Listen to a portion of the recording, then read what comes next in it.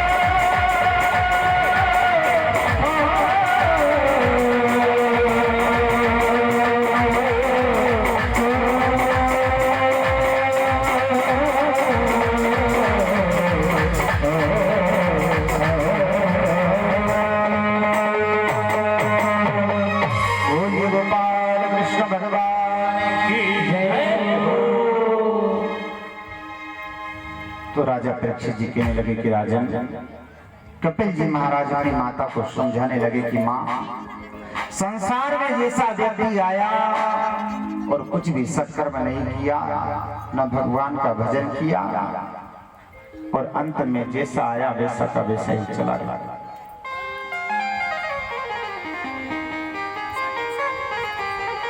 हे माँ, ये भी रो रो न रख।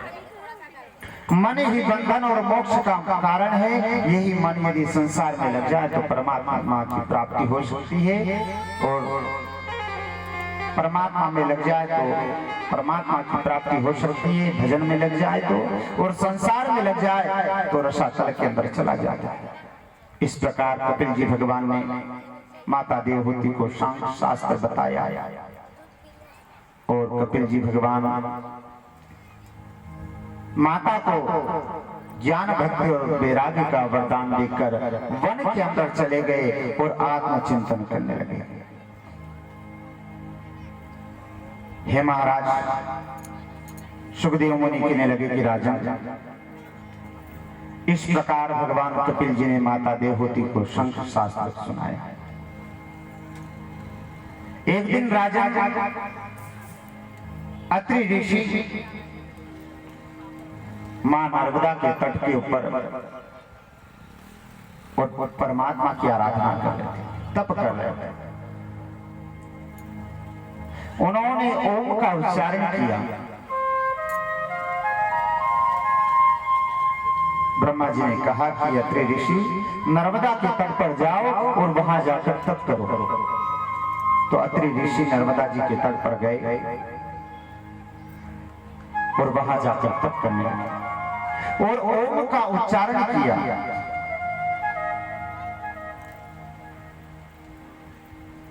तप तो सबको करना पड़ेगा, क्योंकि सुबह से भी मैंने कहा, 2 रोज से आपको कह रहा हूं कि तप सबको करना पड़ा। ब्रह्मा आए तो ब्रह्मा को भी तप करना पड़ा, भगवान विष्णु को भी तप करना पड़ा, और अत्रि ऋषि भी नर्मदा के तट के ऊपर तप कर रहे। तो उन्होंने ओम अक्षर का उच्चारण किया, ओम का ध्यान किया, और ओम के अंदर ही सब कुछ है, सारा ब्रह्मांड है।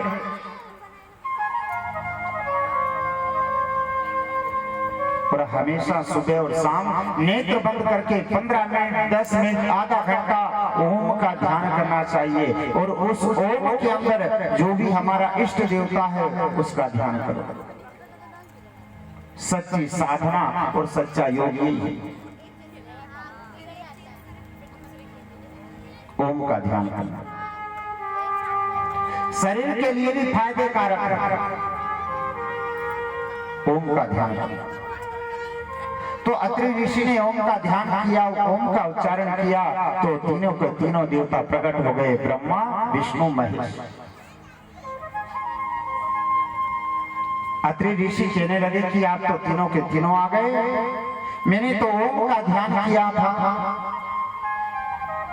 तो भगवान कहने लगे तीनों के तीनों देवता कि तुमने मंत्र कौन सा बोला? बोले ओम का उच्चारण किया।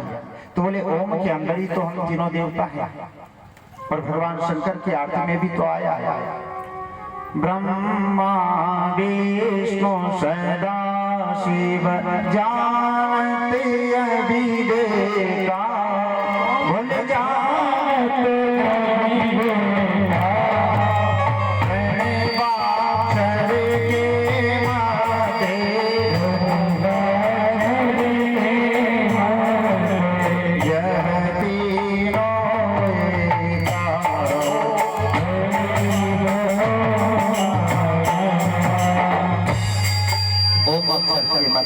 यह तीनों। भगवान कहने लगे कि इस ओम के अंदर ही तो ब्रह्मा विष्णु महेश तीनों समाये हैं। तुम्हारी तपस्या से प्रसन्न है। अत्रि ऋषि बोलो क्या वरदान चाहिए, हम तुम्हें वरदान देने आए हैं। अत्रि ऋषि कहने लगे कि यदि प्रभु वरदान देना ही चाहते हो तो आप तीनों के तीनों देवता मेरे घर बालक के रूप में जन्म लो, मुझे ये वरदान चाहिए। भगवान ने कहा कि ठीक है, एवं वस्तु, और भगवान ने वरदान दे दिया अत्रि ऋषि को कि तुम्हारे यहाँ हम तीनों देवता बालक के रूप में जन्म लेंगे। बोले गोपाल कृष्ण भगवान की जय। वरदान।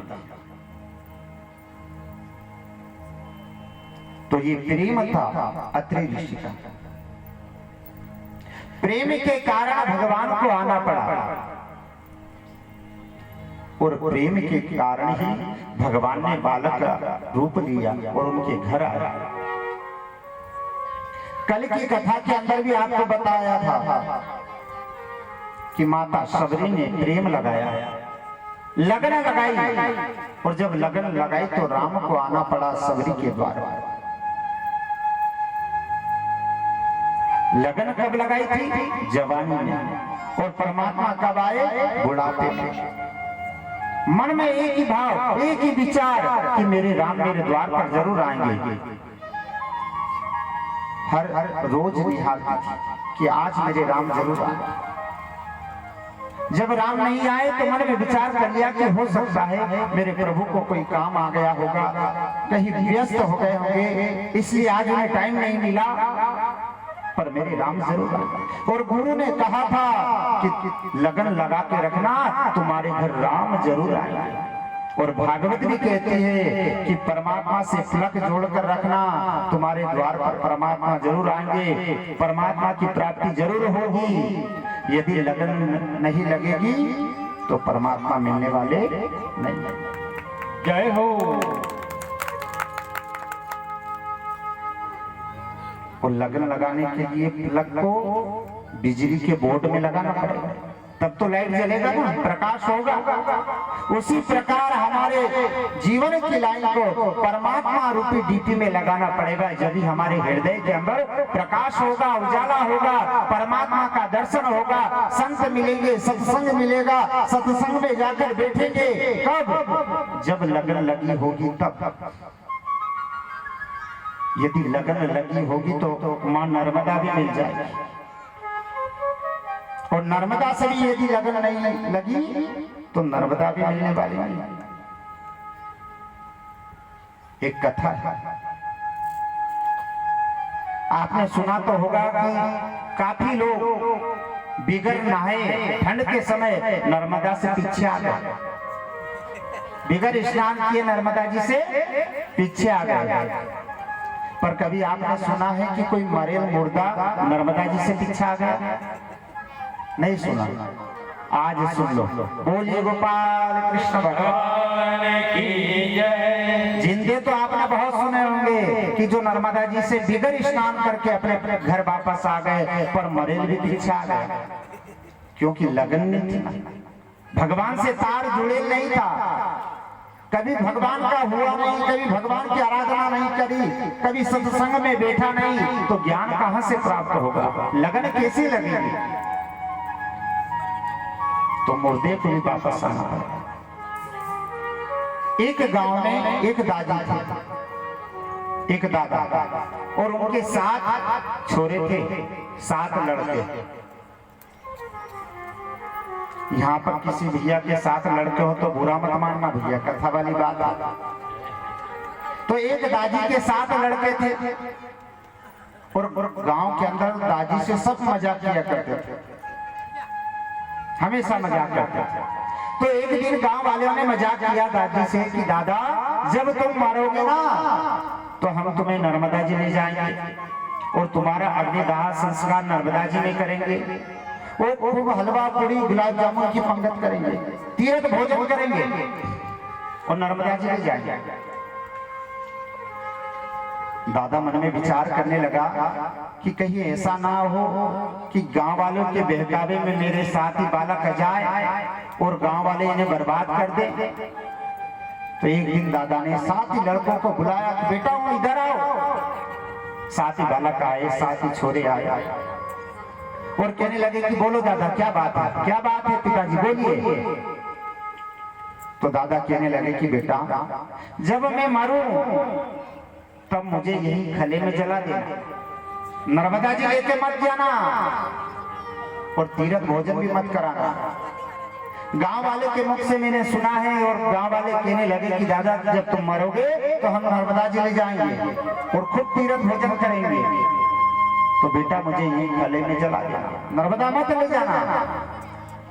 तो 7 ही छोरों ने हाथ जोड़कर कहा कि दादा तुम मरो तो सही, फिर उसके बाद देखेंगे जो भी होगा। दादा मन में विचार करने लगा कि हो सकता है गांव वाले के बहकावे में आ गए,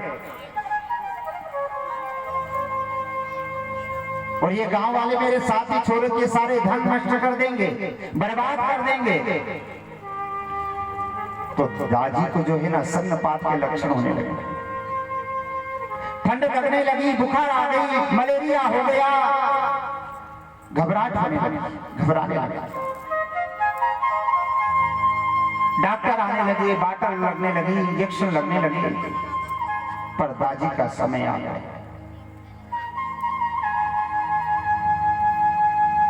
दादी का समय आ गया, और दादा ने शरीर छोड़ दिया, और शरीर छोड़कर परमात्मा के धाम को गए, शरीर का त्याग कर दिया। सारे गांव वाले आए, और साथी भाई आपस में गांव वाले से पूछने लगे कि अब क्या करें। तो गांव वाले कहने लगे कि भैया जैसा सब लोग करता है वैसा कर्म करो। चलो दादा को अपन नर्मदा जी ले चले और वहीं चलकर अग्निदाह संस्कार करेंगे। जहां तक सब गए हैं वहां तक हम चले जाएंगे, साथ दे देंगे। आगे तो तुम्हारे दादी का कर्म को, तुम्हारे दादा के कर्म को करना है, उनके फल को उनको भोगना है। जहां तक सबने साथ दिया है वहां तक हम साथ दे सकते हैं। चलो नर्मदा जी चलते हैं। और गांव वालों के कहने के ऊपर 7 छोरे दादा को नर्मदा जी लेकर जाने लगे। तो पहले के समय में जिसके पास बैलगाड़ी थी वो बैलगाड़ी से चला गया, किसी के पास साइकिल थी वो साइकिल से चले गया, किसी के पास घोड़ा था तो घोड़ा लेकर चले गया, जिसके पास जो साधन था वो साधन से चला गया। गर्मी का समय था। नर्मदा जी पहुंचते पहुंचते संध्या का समय हो गया, सूर्यास्त हो गया। सूर्यास्त हो गया तो सभी गांव वाले कहने लगे कि अब सूर्यास्त हो गया तो दाह संस्कार नहीं कर सकते, और शास्त्र भी कहता है कि सूर्यास्त के बाद कभी दाह संस्कार नहीं करना चाहिए। तो गांव वाले कहने लगे कि अब दाह संस्कार नहीं कर सकते, अब तो ब्रह्म मुहूर्त में सुबह ही दाह संस्कार करेंगे। अभी सब सो जाओ और सुबह उठकर दाह संस्कार करेंगे। बोले ठीक है। जिनको जहां जगह मिली वो वहां सो गया। गर्मी का समय, मर्ग की हवा ठंडी ठंडी, सबकी रात्रि में नींद लग गई तो सुबह के 8 बज गए। सुबह के 8 बज गए, किसी की नींद खुली, उसने देखा तो सबको जगाया, बोले उठो 8 बज गई है, सूर्य नारायण भगवान बहुत चढ़ गए हैं। सारे लोग जागे गांव वाले। बोले दादी का दाह संस्कार करना है, चलो जल्दी। तो जाकर देखा तो दादी बैलगाड़ी पे था नहीं, बैलगाड़ी पर रख दिया था और सब सो गए थे। जब उठकर देखा तो बैलगाड़ी के ऊपर दादी मिला नहीं। सारे लोग विचार करने लगे कि दादी गया कहां, ढूंढो तो सही। सब दादी को ढूंढने लगे। जब दादी को ढूंढने लगे तो दादी का कहीं हाथ मिला, कहीं पैर मिला, कहीं मुंडी मिली, कहीं नाली में पड़े मिला, आधा शरीर, क्योंकि रात भर के अंदर सारे कुत्ते बिल्लियों ने दादी को खिला दिया। गांव वालों ने दादी को सब दूर से इकट्ठा करा, एक भोरे के अंदर भरा और खुर्ची बनाकर रस्सी से बांधकर घोड़े के ऊपर रख दिया। अब फैला तो दिया था तो सबको इकट्ठा करके बोरे में बांधकर घोड़े के ऊपर रख दिया। अब गांव में एक आध मजाक तो रहते ही है। तो एक कहने लगा कि पहले घोड़े को स्नान कराओ, घोड़े को पवित्र करो। जो जल का छींटा दिया और घोड़ा जो ये आया तो घोड़ा दादी को लेकर घर आ गया। बोलिए गोपाल कृष्ण भगवान की जय। दादी को घोड़ा घर लेकर आ गया। अब घर की बहुओं ने सोची कि हो सकता है कि तीरथ भोजन घर ही करेंगे, इसलिए सामान घर भेज दिया होगा। तो बहुओं ने घोड़े के ऊपर से दादी को उठाकर और अंदर घर में रख लिया। सारे गांव वाले आए, सारी कथा सुनाई, फिर दादी को घर में से बाहर निकाला और साथी छोरों ने पूछा गांव वाले से कि अब क्या करें। तो गांव वालों ने कहा कि इसी खले के अंदर जला दो और सब्जी और पूरी की पंगत देना, कहीं हलवा पूरी की पंगत मत दे देना, नहीं तो कई निपट जाएंगे, क्योंकि तुम्हारे दादी की आत्मा है नहीं। बोलिए गोपाल कृष्ण भगवान की जय। तो जिंदे तो नर्मदा से सब आए, पर मरेल भी आज श्रीमद् भागवत बताती है कि जब जिसका पलक भगवान से जुड़ा नहीं है, कभी भगवान की आराधना में बैठा नहीं है, कभी सत्संग में बैठा नहीं है, तो परमात्मा भी उसे स्वीकार नहीं करता। इसलिए लगन लगा कर रखो, पलक परमात्मा से जोड़ कर रखो तो परमात्मा अवश्य मिलेगी। और उसी प्रकार अत्रि ऋषि ने नर्मदा के तट पर और भगवान की आराधना करी, तप करा। जब जब किया देवता प्रकट हुए, आशीर्वाद दिया, तो अत्रि ने कहा कि हे प्रभु, आप हमारे यहाँ बालक के रूप में जन्म लो। भगवान ने वरदान दिया, चले गए। हे महाराज, एक दिन नारद जी महाराज अनसुईया के आश्रम पर आए। अनसुईया के आश्रम पर जब आए तो अनसुईया ने नारद जी का बहुत सत्कार किया। बड़ी प्रसन्न हुई कि मेरे द्वार पर आज संत पधारे।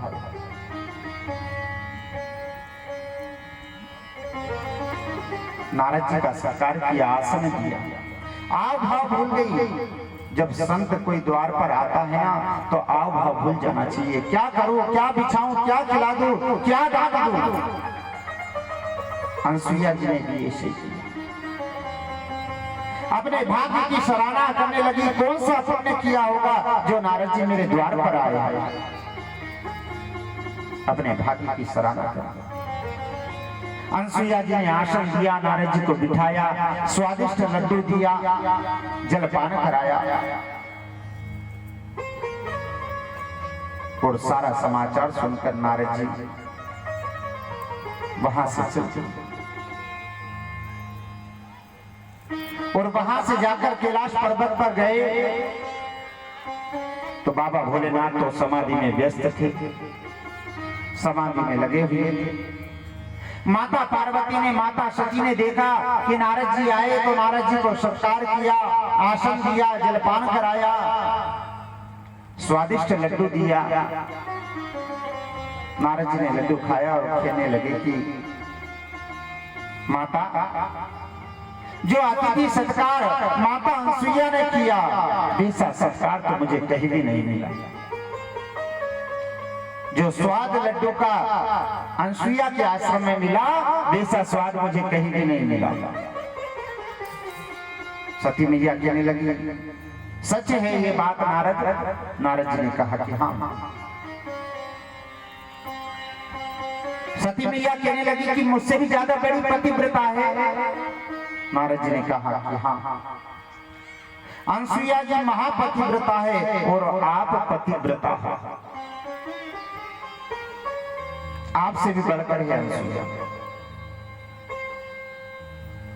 और नारद जी वहां से चलकर ब्रह्मलोक में गए, वहां पर भी यही बात कही। वैकुंठ में गए तो वहां पर भी यही बात करी, ब्रह्माणी से, रुद्राणी से, लक्ष्मी नारायण के यहाँ जाकर भी यही बात कही।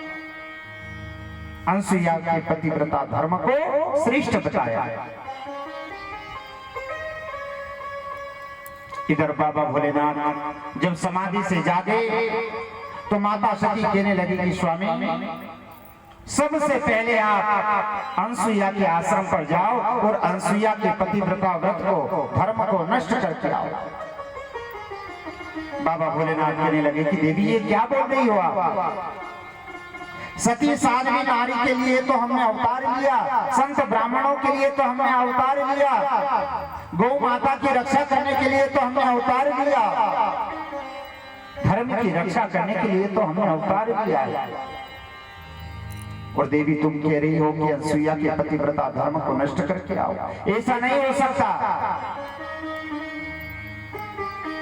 माता सती कहने लगी, स्वामी यदि ऐसा नहीं हो सकता तो आज के बाद हम भी कोई भी कार्य नहीं करेंगे, घर का कोई काम नहीं करेंगे। भगवान शंकर जी मन में विचार करने लगे कि गृह मंत्री को कभी नाराज नहीं करना चाहिए, घर में की लक्ष्मी को कभी नाराज नहीं करना चाहिए। अब जो ये कह रही है वो करना पड़ेगा। और भगवान शंकर जी चलते अनसुईया के आश्रम के। जब रास्ते में जाने लगे तो ब्रह्मा जी मिले, विष्णु जी मिले। भगवान विष्णु पूछने लगे शंकर से कि कहां जा रहे हो? तो भगवान शंकर ने पूछा कि आप कहां जा रहे हो? भगवान विष्णु कहने लगे कि क्या बताएं बाबा, कहीं नारद जी हमारे घर आ गए और उन्होंने एक बीज बो गए जिसका झगड़ा चल रहा है। अनसुईया के आश्रम पर जा रहा हूं पतिव्रता धर्म को नष्ट करने के लिए। शंकर जी ने कहा कि ये झगड़ा तो मेरे घर भी चलता है। ब्रह्मा जी ने कहा कि ये झगड़ा तो मेरे घर भी चलता है। तो तीनों के तीनों देवता सन्यासी का रूप धारण करके और अनसुईया के आश्रम पर गए। और अनसुईया के जब आश्रम पर गए तो आवाज लगाई, भिक्षाम देहि। जब माता अनसुईया ने सुना तो तुरंत द्वार पर आई और अपने भाग्य की सराहना करने लगी कि आज मेरे द्वार के ऊपर 3 संत आए। कौन सा पुण्य किया होगा, कौन सा सत्कर्म किया होगा जो मेरे द्वार के ऊपर संत आए। मन में भाव जागा, लगन लगा। और ऐसा भाव हमारे मन में जागना चाहिए कि संत द्वारे आया जी, जोड़ा दोनों हाथ।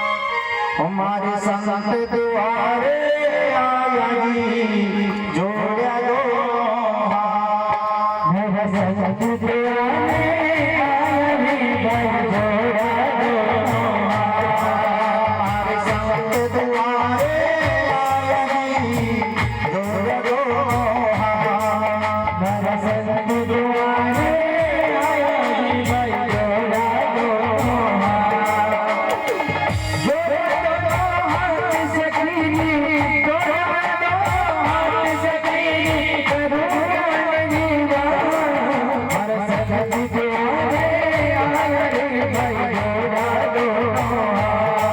हमारे संत द्वारे आया रे, जोड़ा दोनों हाथ। हमारे संत द्वारे आया रे, जोड़ा दोनों हाथ।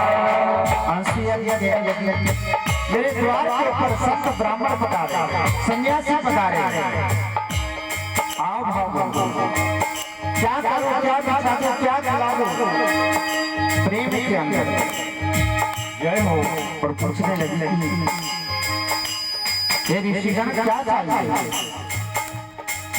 अन्न धन जब लेकर आए तो तीनों के तीनों ऋषि कहने लगे कि हे देवी, हमें ये अन्न नहीं चाहिए, ये धन वैभव नहीं चाहिए।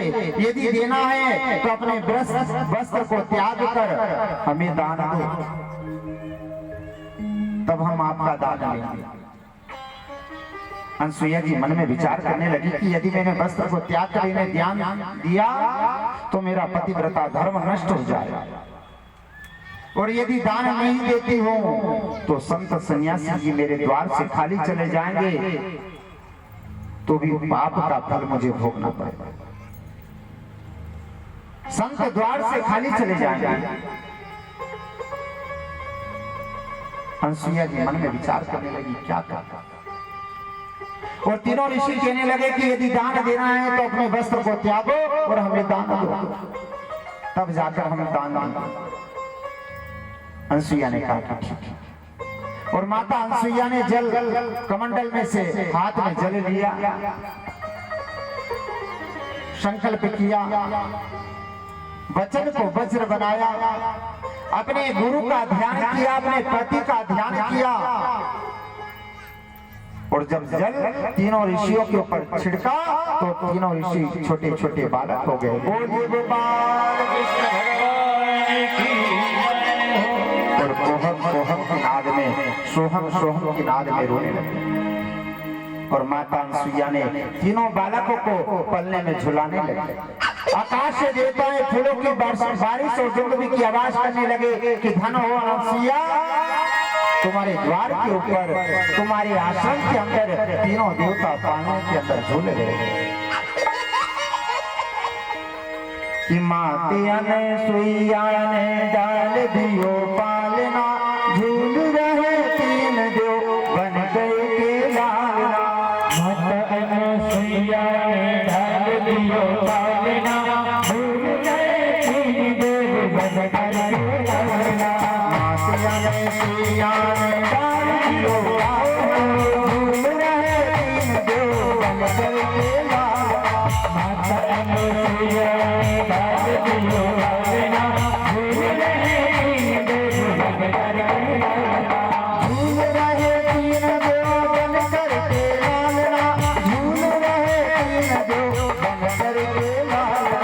झूल रहे 3 देव बन करके लालना, झूल रहे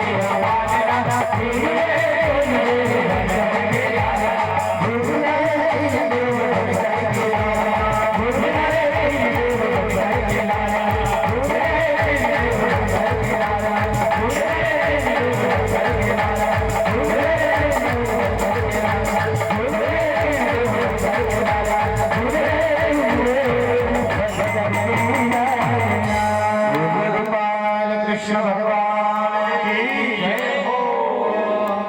और तीनों के तीनों देवता पालने झूलने लगे। कभी किसी को गोदी में उठा ले, कभी चुम्मा देने लग जाए, कभी माथे पे बिठा ले। माता अनसुईया खिलाने लगी। जब तीनों के तीनों देवता सो जाते थे तो किसी को भी एक को चिमटा तोड़कर और उसे जगा देती थी और उसे खिलाने लग जाती थी। इधर नारद जी गए कैलाश पर्वत पर। सती मैया ने पूछा कि नारद, तुमने बाबा भोलेनाथ को देखा है? नारद जी ने कहा हाँ। बोले कहाँ है?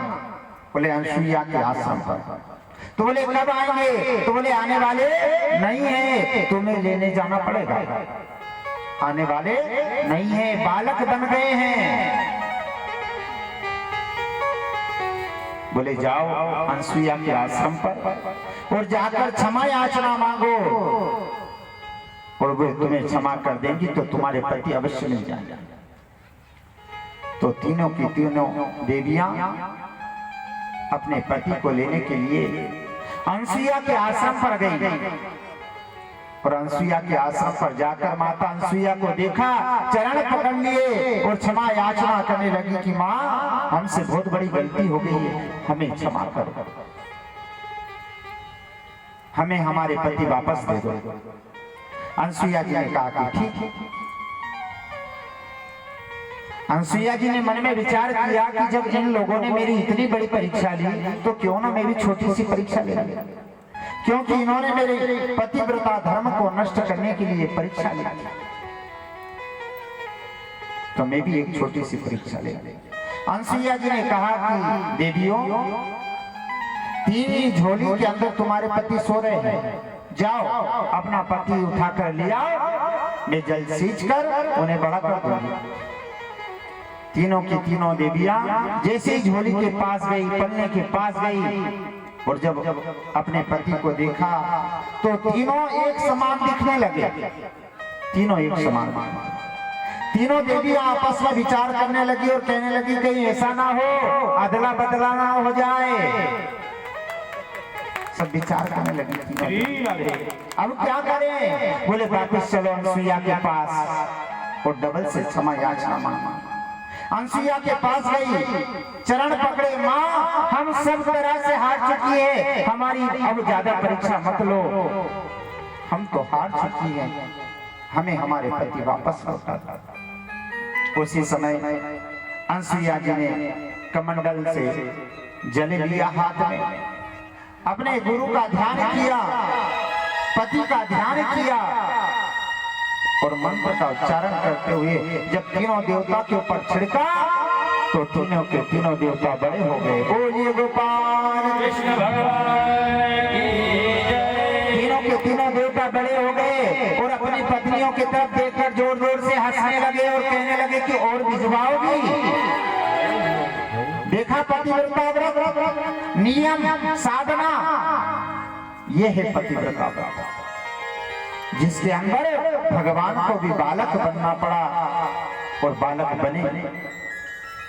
ये साधना, तप, तपस्या, साधना, आराधना कि भगवान को भी बालक बना रहा है। पर उसके लिए हमें त्याग करना निश्चित है, तब जाकर हमारे अंदर वो शक्ति आएगी, साधना आएगी, भक्ति आएगी। हे महाराज, और तीनों के तीनों देवता अपनी पत्नियों के साथ अपने निवास स्थान पर पहुंच गए। बोलिए गोपाल कृष्ण भगवान की जय। तो अभी अभी के मार्मिक सत्संग के अंदर सृष्टि की रचना वाली कथा, कपिल भगवान के अवतार वाली कथा, अनसुईया का चरित्र कह करके सुनाया गया। 5 मिनट का थोड़ा सा विश्राम ले लें, जलपान कर लें और सती रहस्य सुनाकर आज का विश्राम और आरती करेंगे। बोलिए गोपाल कृष्ण भगवान की जय।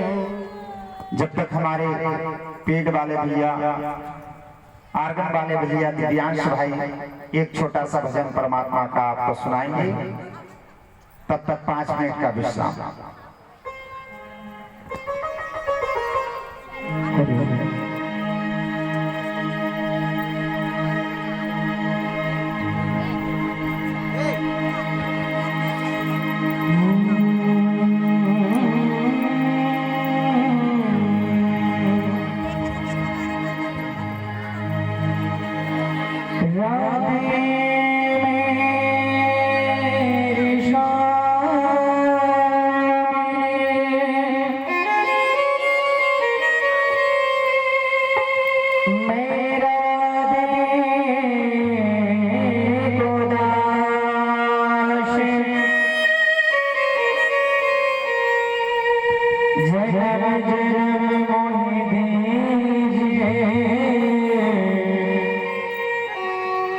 श्री वृंदावन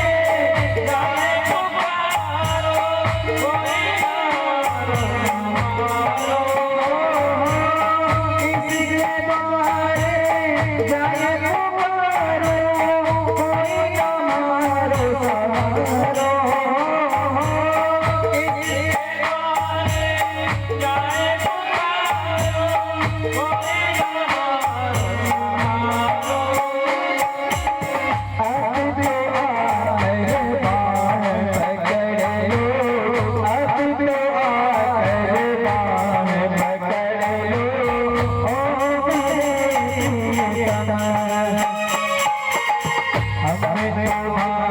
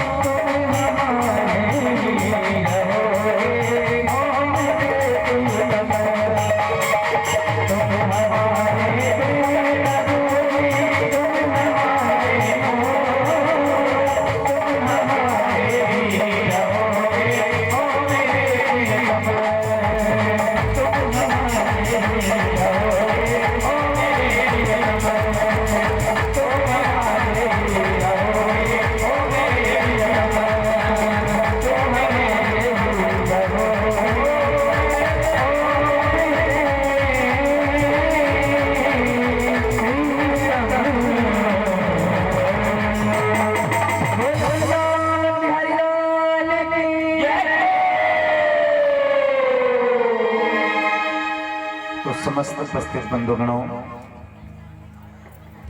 तथा माताएं व छोटे छोटे बालक व बालिका, अभी अभी के सत्संग के अंदर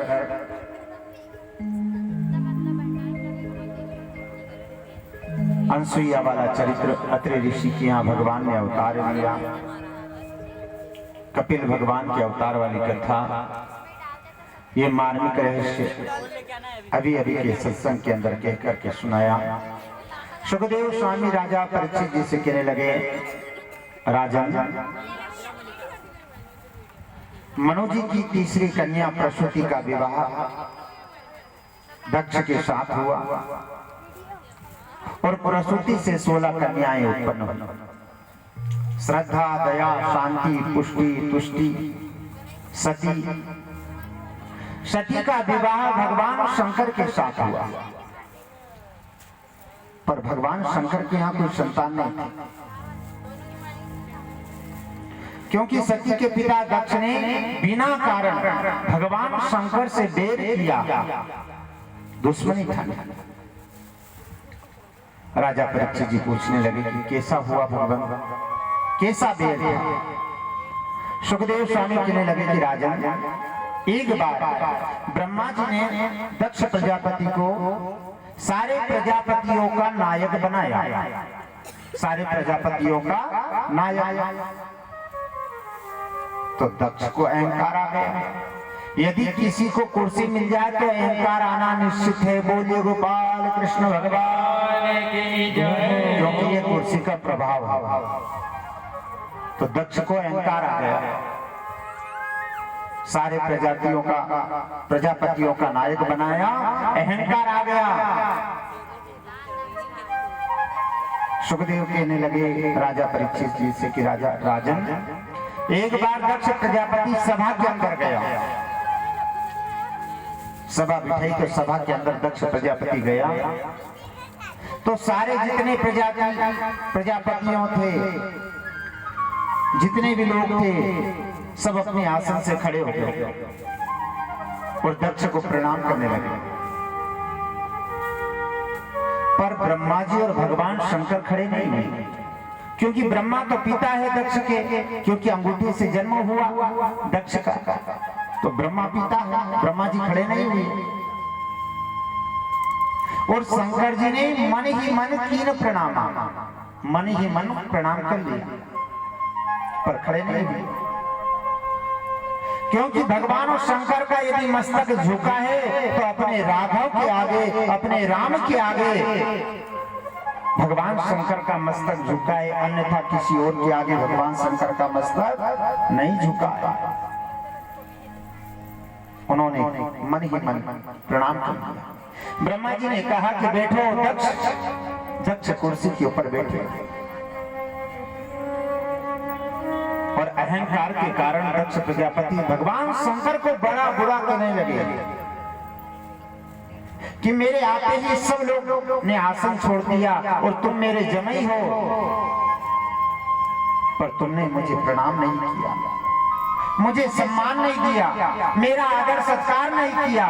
तो जाओ, आज के बाद जितने भी यज्ञ होंगे उसमें शंकर को किसी में भाग नहीं दिया जाएगा, शंकर को बुलाया नहीं जाएगा।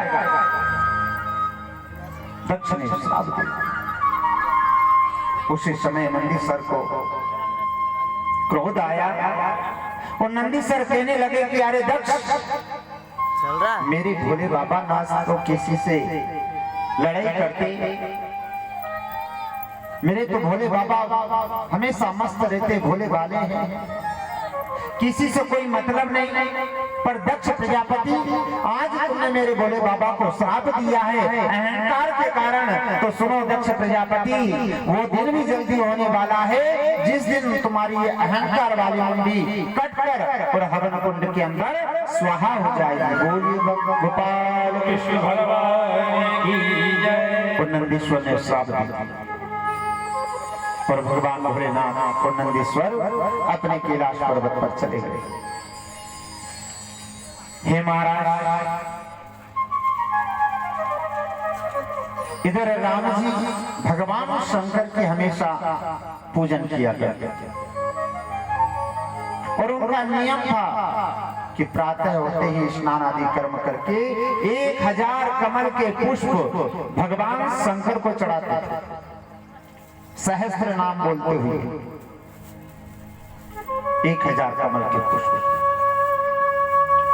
प्रतिदिन की क्रिया क्या? तो एक दिन भगवान शंकर ने मन में विचार किया कि चलो आज चलकर इनकी परीक्षा ली जाए।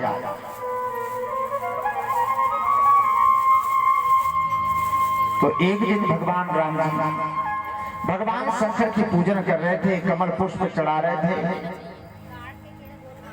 9